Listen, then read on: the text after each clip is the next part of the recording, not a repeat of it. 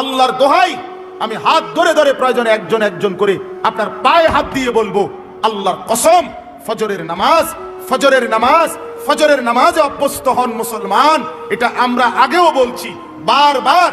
কোরআন এবং সুন্নাহর বক্তব্য হলো ফজরের ওয়াক্ত ইনকিলাব, ফজরের ওয়াক্তে আল্লাহ তাআলা বারবার আযাব দেয়, ফজরের ওয়াক্তে আল্লাহ তাআলা বারবার বিজয় দান করে। আপনারা দেখছেন মালিকের আযাব তুরস্ক, সিরিয়া, আল্লাহর ইচ্ছা। কেন দিবেন সেটা শুধু আল্লাহই জানে, কিন্তু হয়েছে কোন ওয়াক্তে? ফজরের ওয়াক্তে।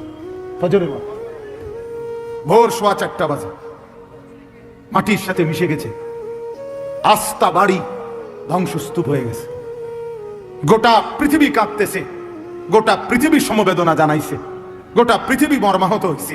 কিন্তু ফজরের ওয়াক্ত এই কোরআনে আছে দোস্ত। কওমে লূত, লূত আলাইহিস সালামের কওম একটি জাতি যারা পুরুষে পুরুষে অপকর্ম করত, নাউযুবিল্লাহ।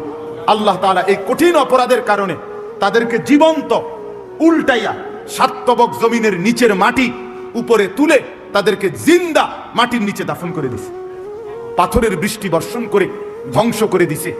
2, কওমে আদ, এই কোরআনে আছে একটি জাতি হুদ আলাইহিস সালামের কওম, তাদেরকে আল্লাহ তাআলা নাফরমানির কারণে, পাপের কারণে 7 দিন এক টানা 7 রাত 8 দিন ঝড়ো বৃষ্টি দিয়ে, বাতাস দিয়ে, ঝড়ো হাওয়া দিয়ে আল্লাহ ধ্বংস করে দিছে, দুধের বাচ্চাটা সহ।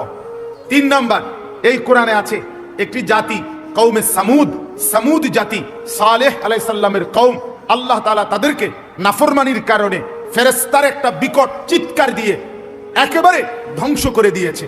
4 নাম্বার, আল্লাহ তাআলা কওমে শুআইব, শুআইব আলাইহিস সালামের কওম, মুসা নবীর শ্বশুর, ওই নাফরমান জাতি, নাফরমানির কারণে আল্লাহ ফেরেশতার বিকট চিৎকার দিয়ে ধ্বংস করে দিছে। আল্লাহর কসম, কোরআনে আছে এই 4টা সম্প্রদায়, কওমে লূত, কওমে আদ, কওমে শুআইব, কওমে সালেহ মানে কওমে সামুদ যেটাকে বলে, এই 4টি জাতিকে আল্লাহ জীবন্ত মেরে ফেলছে ফজরের ওয়াক্তে, ফজরের ওয়াক্তে, ফজরের ওয়াক্তে। ফজরের নামাজ ইনকিলাব মানে পরিবর্তন। ফজরের ওয়াক্তকে ওয়াক্তুল ইনকিলাব বলে। যুবক বন্ধু, আপনি বলেন, এই ঘুমন্ত মানুষ, কোরআনুল কারীমে আছে আমিনতুম মান ফিস সামাই আন ইয়াখসিফা বিকুমুল আরদা ফাইদা হিয়া তামুর। তুমি কি বান্দা রাত্রিতে ঘুমিয়ে নিজেকে নিরাপদ ভেবেছো ওই আল্লাহ থেকে যিনি আসমানে আছেন, তিনি ইচ্ছে করলে জীবন্ত ঘুমন্ত মাটির নিচে ধসাইয়া দিতে পারে। আম আমিনতুম মান ফিস সামাই আন ইউরসিলা আলাইকুম হাসিবা। আল্লাহ বলে, তুমি কি নিরাপদ ভেবেছো ওই আল্লাহ থেকে যিনি আসমানে আছে, যে তিনি ইচ্ছে করলে পাথরের বৃষ্টি বর্ষণ করে ধ্বংস করে দিতে পারে। আল্লাহ কোরআনুল কারীমে বলছে আফা আমিনা আহলুল কুরা আন ইয়াতিয়াহুম বাসুনা বায়াতান ওয়া হুম নাইমুন, সূরা আরাফের আয়াত।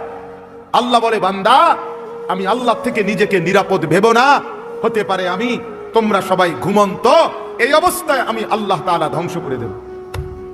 ঘুমন্ত মানুষগুলোকে আল্লাহ তাআলা 7.8 মাত্রার ভূমিকম্পের এক ধাক্কায় দাফন করে দিয়েছে, দাফন করে দিয়েছে। অতএব আবারও আল্লাহ নিজেকে দেখাইছে, চিনাইছে, বান্দা তুমি বারবার অল্প অল্প মাঝে মাঝে আযাব দিয়ে আমি রব্বুল আলামিন তোমাকে মনে করাই লাআল্লাহুম ইয়ারজিউন, তুমি যেন নাফরমানি ছেড়ে আমার কাছে ফিরে চলে আসো, ফিরে চলে আসো। অতএব এই আয়াত আল্লাহ কি বললেন? মনের চাহিদা, মনের চাহিদা। অসংখ্য অগণিত যুবক সারা রাত মোবাইলে উলঙ্গ ছবি দেখে, এটা কি প্রমাণ করে না সে তার মনের চাহিদার অনুসরণ করে? কথা বলেন না কেন? অসংখ্য অগণিত বোন সারা রাত পরের ছেলের সাথে অবৈধ প্রেমের আলাপ করে সারা রাত, তো এই বোন কি মনে হয় আল্লাহকে খোদা মানে না মনের চাহিদাকে খোদা মানে? তাইলে আজ 30 বছর বাজারে ব্যবসা, আপনার ইনকাম, আপনার চাকরি, আপনার কামাই, আপনার রোজগারি হারামের উপরে, মিথ্যা বলে, ধোকা দেন, ওজনে কম দেন, অবৈধ উপার্জন করেন, সুদের লেনদেন করেন, ঘুষের লেনদেন করেন, ছাড়বেন কোন দিন? বর্জন করবেন কোন দিন? এই নাফরমানি ত্যাগ করবেন কোন দিন? আজ কতদিন গুনাহ লম্বা করলেন? এটা প্রমাণ করে আপনার খোদা আপনার মন।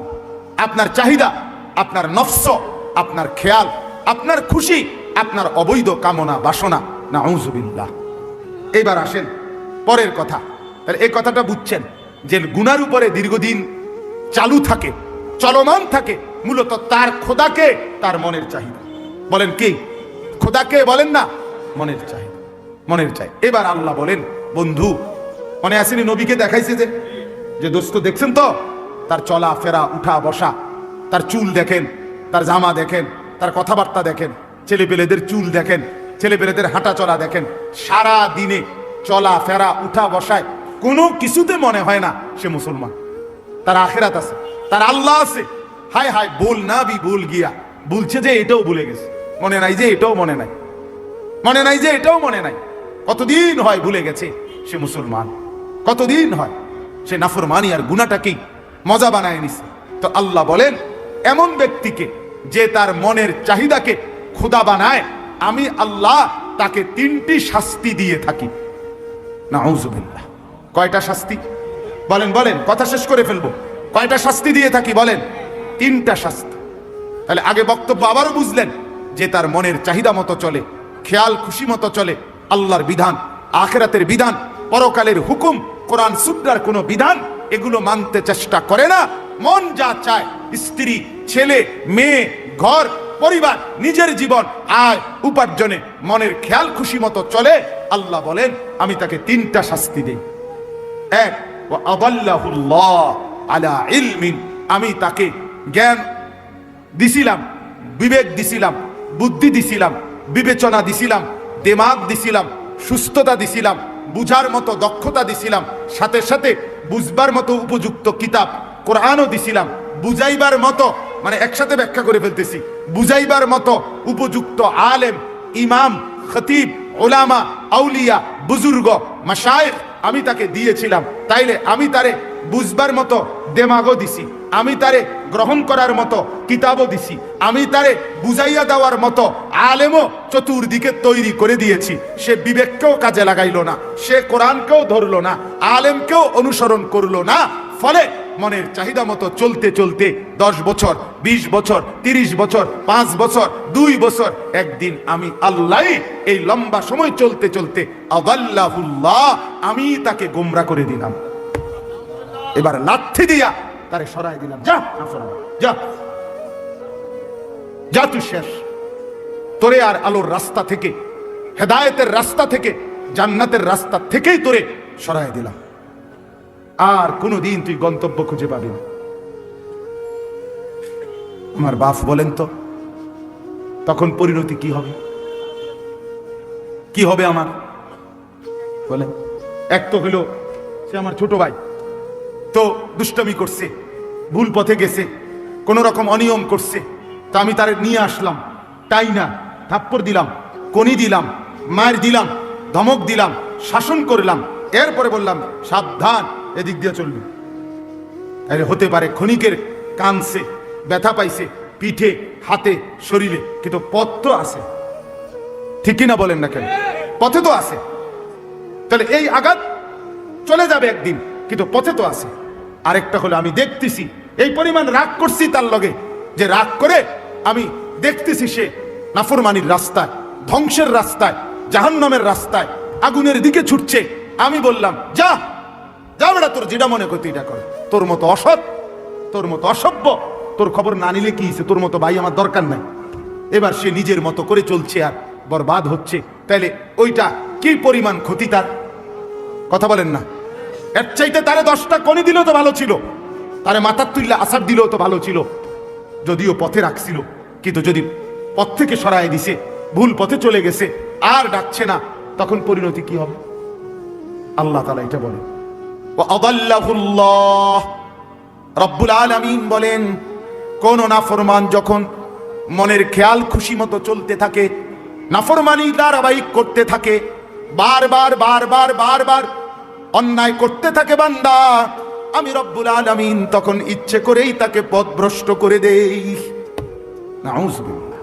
আমার শায়েখ আল্লামা মুফতি মুশতাকুন নবী সাহেব বলে, কোরআনুল কারীমে আল্লাহর সবচেয়ে বড় ধমকটা কি?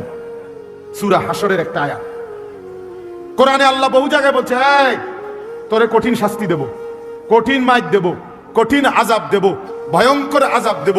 এটি সব বালা কথা, কারণ এগুলোর ভয়ে ফিরে চলে আইলে তো ভালোই। কথা বুঝেন না? আর সবচেয়ে ভয়ঙ্কর কথা হইল, কোরআনে একটা আয়াত আছে সূরা হাশরে, সেটা কি? আল্লাহ বলে, ওয়ালা তাকুনু কাল্লাযীনা নাসুল্লাহ ফাআনসাহুম আনফুসাহুম। এই কথাই আল্লাহ বলে, বান্দা বড় মায়া করে আল্লাহ বলছে, এই শোনো, তুমি দীর্ঘদিন আমারে ভুলে থাকো না। অনেক দিন আমাকে ভুলতে ভুলতে না, একদিন আমি যদি বেশি রাগ করে ফেলি, সেদিন আমি আল্লাহ তোমাকেই তোমার থেকে ভুলায় দেব। সেদিন তুমি আত্মভোলা হয়ে যাবা, তোমার আর মনে হবে না তুমি মানুষ, তোমার আর মনে থাকবে না তুমি মুসলমান, তোমার আর কোনোদিন মনে হবে না তুমি মরবা, কবরে যাইবা, প্রশ্ন করবে, কবরে আযাব হবে, আখেরাতে উঠতে হবে, আমলনামা হাতে দিবে, মিজানের পাল্লায় মাপা হবে, আমি আল্লাহর সামনে মুখোমুখি হইতে হবে, ফুলসেরাত পার হইতে হবে, জান্নাত কিংবা জাহান্নামে যেতে হবে। এই কথাটাই, এই চ্যাপ্টারটাই তুমি ভুলে যাবে, এটাই মনে থাকবে। হাজারো নাফরমানের জিন্দিগি এমন, হাজারো পাপীর জিন্দিগি এমন, দিবা রাত্রির 24 ঘন্টা, সপ্তাহ যায়, বছর যায়, দিন যায়, মাস যায়, তার কোনোদিন মনেও হয় না আমার আখিরাত আছে। বুঝেন না? মসজিদের সামনে, মনে করেন কথার কথা, মসজিদের সামনে চা দোকান, আজকে 10 বছর দোকানদারি করে, তার দোকান থেকে চা খাইয়া লোক মসজিদে যায়, মসজিদ থেকে বাইরে হইয়া লোকে তার দোকানে চা খায়। এই নাফরমান 10 বছর ধরে কোনোদিন তার মনে আসে নাই যে আমিও তো একটা মুসলমান, আমারও তো মসজিদে যাওয়া দরকার। কি মনে হয়? কি মনে হয়? আল্লাহ মাফ করুক, না জানি আল্লাহ তাআলা তোমারে গুমরা করে দিল, না জানি মাওলা তোমারে পথ থেকে সরায় দিল, জান্নাতের রাস্তা থেকে হটায় দিল। নাউযুবিল্লাহ। কি পরিণতি হবে? এজন্য গুনাহ, আমি প্রতিদিন বলি এ কথা, অনুরোধ করি, গুনাহ লম্বা হইতে দিবেন না, নাফরমানি লম্বা হইতে দিয়েন না। সুদের লেনদেন দীর্ঘস্থায়ী বানায়েন না, ঘুষের লেনদেন দীর্ঘস্থায়ী বানায়েন না, মদ জুয়া দীর্ঘস্থায়ী বানায়েন না, উলঙ্গ ছবি দেখা, জিনা, ব্যভিচার, গান বাদ্য, বিভিন্ন ড্যাকসেট বাজানো, সারা রাত গান বাদ্য বাজানো। যুবক, রঙের ঘুড়ি উড়াইও না, যুবক, রঙের ঘুড়ি উড়াইও না, রঙের ঘুড়ি উড়াইও না। গুনাহ তৃপ্তি দেয় না বাপ, গুনাহ সুখ দেয় না, গুনাহ তৃপ্তি দেয় না। যে যুবক মদখোর, যে মানুষ আসক্ত মদে, সে কোনোদিন তৃপ্ত হয় না, তার আরো মদ চাই, আরো মদ চাই, আরো মদ চাই, সে তৃপ্ত হয় না। ঠিক কিনা বলেন না? যে জুয়া খেলে, জুয়া, সে কোনোদিন তৃপ্ত হয় না। হাজারো লক্ষ জুয়ারি জুয়া খেলতে খেলতে নিজের জমি, নিজের জায়গা, নিজের টাকা, নিজের ভিটা, নিজের মাটি, নিজের বসত, অসভ্য জানোয়ার এমনও আছে নিজের বউ শুদ্ধা বেচালা, তৃপ্তি নাই। এই কয়দিন আগে এক যুবক উত্তরবঙ্গ থেকে আসছে আমার মাদ্রাসা ক্যান্টনমেন্টে, আইসা আমারে জড়ায় ধরে কানতেছে যে হুজুর, আমি অনলাইনে মোবাইলে জুয়া খেললা 2.5 লাখ টাকা বাবার ফার্নিচার ব্যবসার টাকা আমি নষ্ট করে ফেলছি, বাবা বের করে দিছে ঘর থেকে, এখন আর আমি কি করবো হুজুর, কিছুই বুঝতেছি। আমি বললাম, বাবা অনলাইনে জুয়া কি? আমি তো এটাও বুঝি না বাপ। আহা, গুনাহ সুখ দেয় না, গুনাহ তৃপ্তি দেয় না। নাফরমানি যদি সুখ দিত তো ফেরাউন আর নমরুদকেই দিত। অতএব গুনাহ তৃপ্তি দেয়। যে বোনেরা, যে মারা আজকে বেপর্দা, বাজারে বাজারে বেপর্দা ঘুরে, রাস্তায় বেপর্দা হাঁটে, তাদের কোনো তৃপ্তি নাই, না স্বামীর কাছে তৃপ্তি, না বাহিরে তৃপ্তি। কারণ যে নারী একাধিক পুরুষকে দেখিয়ে শরীর, রূপ, যৌবন নিজে অভ্যস্ত, পছন্দ, তার কোনোদিন সুখ আর মিলে না, সুখ মিলে না, গুনার মধ্যে তৃপ্তি নাই।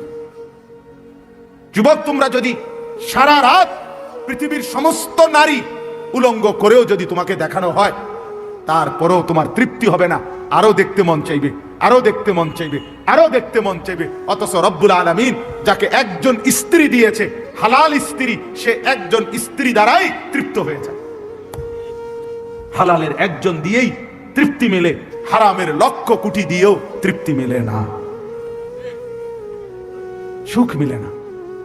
গুনাহ তৃপ্তি দেয় না, গুনাহ স্বস্তি দেয় না। অনুরোধ করছি, গুনাহ আগুন, গুনাহ আগুন। আগুন লাগলে সুখ মেলে না। মহল্লায় আগুন লাগলে, বাড়িতে আগুন লাগলে, ঘরে আগুন লাগলে কোলের বাচ্চা, ছোট্ট বাচ্চাও স্বস্তিতে আর থাকে না, কেউ আরামে থাকে না।